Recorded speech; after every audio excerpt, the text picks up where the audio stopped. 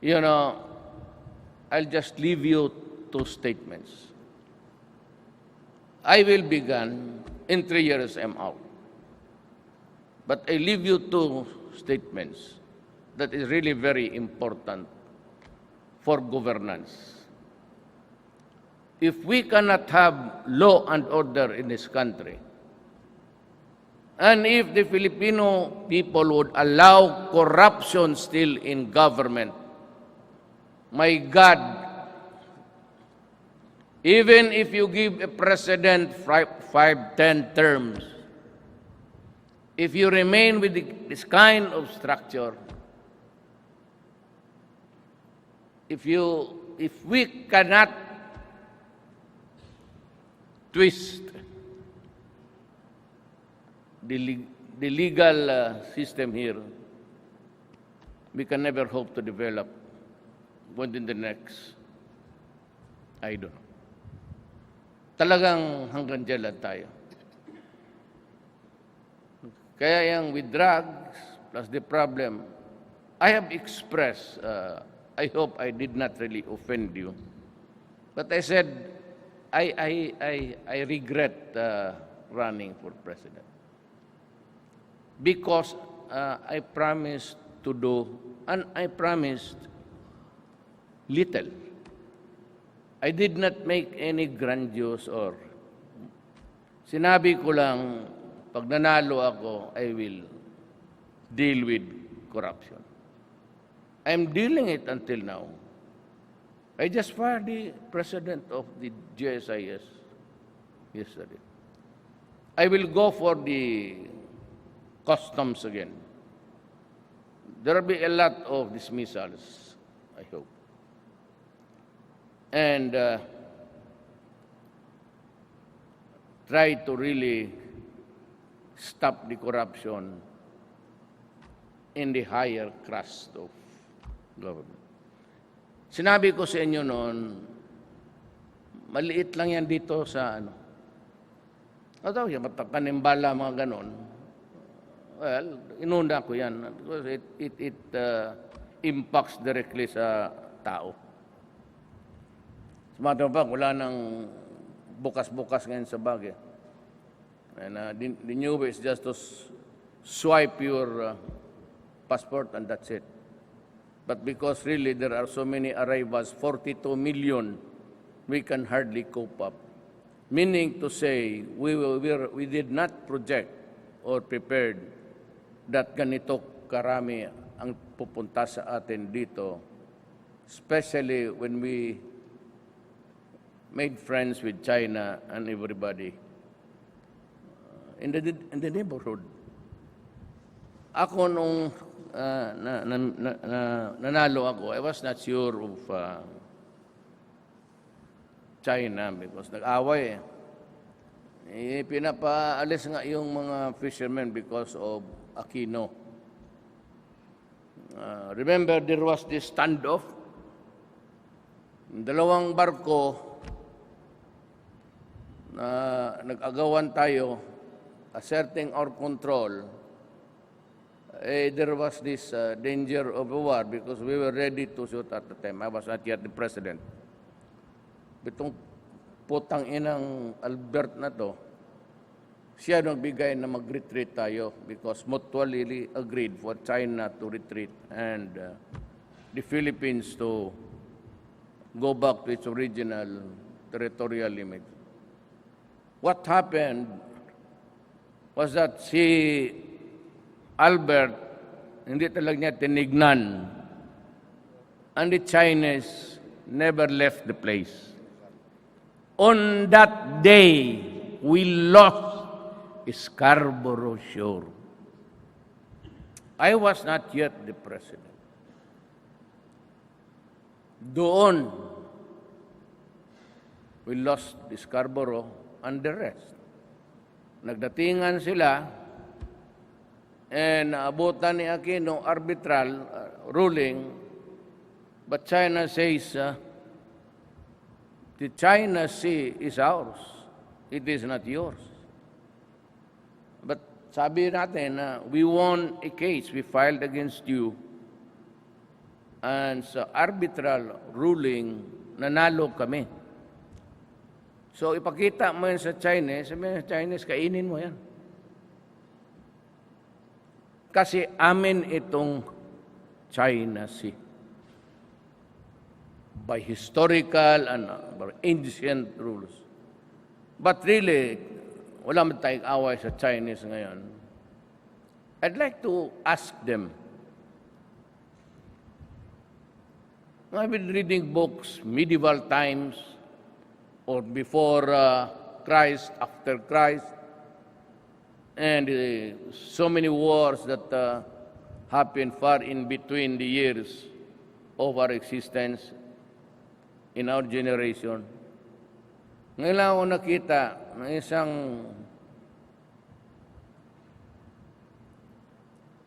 isang country na sinulo ang isang ocean. Ngayon itong mga ulol na ito, gusto nilang, they are attacking me on the collateral na I should bar China from fishing, from destroying. Gusto nila pumunta ako doon. O how do I enforce the arbitral ruling? Magpunta ako doon, dala ko Navy ko, and I insist and say, hey, you guys, you go out. And China, no. What do you want? So magkagera tayo. All the modern missiles are there in yung Spratly. Their missiles can reach from China, Spratly to Manila, in 7 minutes. So what am I supposed to do? Order my soldiers, Navy, Marines, police to go there and die? Yun ang gusto nila. Wala man talaga tayong laban. Ni ang Amerika, ayaw eh. Despite of their mga overflights, tapos kunwari, you know, you are already here in this planet. There were in the past, about 7 years ago, in the newspapers, that something was brewing in the Spratly Islands because there was what would appear to be construction. Lumabas na yun. Sabi nga ni President Aquino, the only country who can confront China would really be America. Itong Amerika, alam nila, may 7th Fleet sila. Bakit hindi nila pinuntahan doon sa Spratly and say, hey guy, you are not supposed to build an artificial islands in the high seas. That is exactly prohibited by international law. And the fact that you are constructing it within the exclusive economic zone of our friend, the Philippines. Hinayaan nila. Ngayon na medyo nandyan na yan, all the guns are there, all the missiles are mounted, they want us to enforce our fisheries law and to protect the environment there. Tanungin ko sila, are we in possession of China Sea? Because if we are not, it's all. You're as if you're to be out of your rockers. Itong si Carpio, si Albert, pati isang Carpio, si Morales. I don't know how they would. Gusto ko ibigay sa kanila ang gobyerno. How? Because right at the start, my first visit to China, kasi yung in-order ko na 63,000 M16s, binara ng Amerika. Two of their congressmen stood up in their Congress, to denounce me. I was ordering it because all the intelligence reports indicated that there was already a build-up, meaning to say they were passing arms to anyone who would join the Maute. Kaya pumunta ako sa Japan, sabi ko, mag-utang na lang ako, wala man akong pera.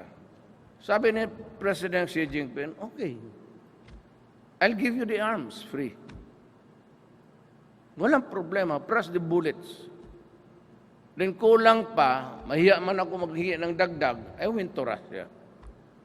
I went to President Putin, I said, Sir, if you may, I have this problem. Kaya ngayong araw na nandoon ako sa Moscow, pumutok ang Marawi. And luckily, I had a last minute. He came in from Georgia, which is a territory of Russia. He flew by 6 hours just to see me doon sa malapit sa airport. So I told him, do not worry. I'll give you. And to this day, to this very day, China and Russia never asked even for one single toothpick. That is how geopolitics is being played. America could have done it earlier but did not. I am surprised why. Now he wants us to tickle China at kapag pumutok itong ang masakripisyo, papasabugin na ng Palawan. Kasi nandyan na si lahat ngayon because it's facing the China. I am not about to order my soldiers to go to the mouths of hell to die na walang kalaban-laban. Cannot do that. Hindi ako natakot. Pero kung magsama ito si Carpio, si Morales, si Albert, I would be happy to lead them. Kung magkagera talaga, hilain ko itong mga letse na ito. Dito tayo. Ito. Anyway, mamamatay man tao. Mamamatay man talaga tayo. Punta tayo doon. Make this. We can never win a war against China. Kaya yan ang problema natin. I hope that China would not overdo things also. Because there is always America pushing us, egging us, tinitikoy tayo para, sige, ginagawa akong bait. Anong tingin ninyo sa Pilipino? Wati? Ngayon, sabi ko, dalhin mo yung lahat ng eroplano mo, barko mo dito sa China. Fire the first shot at nandito kami sa likod. Sige, laban tayo kung sinong mupulpog. Totoo, Amerika. Sabi na, USRP Pact, okay. Let America declare the war. Let them assemble all their armaments there in South China Sea. Fire the first shot, and I'll be glad to do the next. May RP-US Pact ka tayo. Let us honor it. The human trouble, okay, let's do it. May panahon man talaga na mamatay yung tao. But then, what will happen to the America? And what will happen to the Philippines and Asia? I really do not know. There's geopolitics laro ng ano dito. Pero hindi ako gago. Butit at alam ninyo na hanggang wala, mahirap tayo Siguro kung ako ang na-presidente, bigyan ako ng 20 years. Itong Pilipinas, Kada barangay may 5 cruise missiles, pati kanyon. Totoo. Then I would have really massacred all who stood. Kalaban, hindi mo madala eh. You surrender, tapos babalik ka. Kaya kung ako, ratsadahin na lang kita. Then I will answer, sabi nila, prosecute ako sa International Court of International Criminal Court. O di, sige. Ano naman gusto ninyo? You hang me? Good. You firing squad? Mas mabuti. Kaya maging Rizal rin ako. You feed me to the sharks. Kumakain mo rin ako ng pating, so tabla-tabla lang. Payback time. Yan ang problema ng Pilipinas. So I have 3 years, and when I go back, I would be firing more from the Bureau of Customs. I'm just telegraphing. Then maybe ilagay ko na sa army talaga lahat yung... Hindi na ako maniwala niyan, they are not allowed to work. Since I cannot depend on the idiots, what should I do?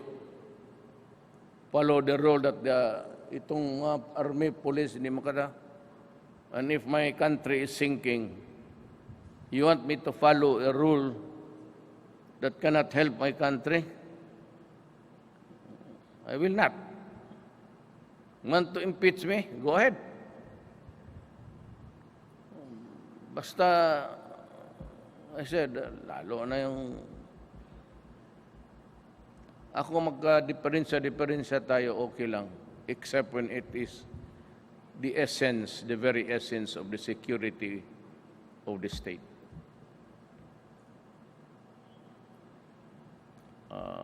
Do not force my hand into it.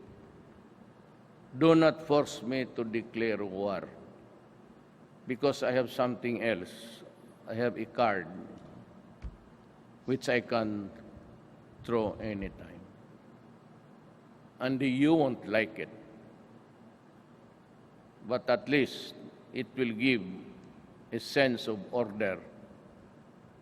And maybe, I don't know. I pray to God. Hindi ko talaga alam ko yun. Pero basta, first and foremost, dalawa lang kasing statement lang oath ko eh. If you reduce my oath of office, it says, I have to protect the people. Second, I have to preserve the country. Yun. Hindi ako alis dyan.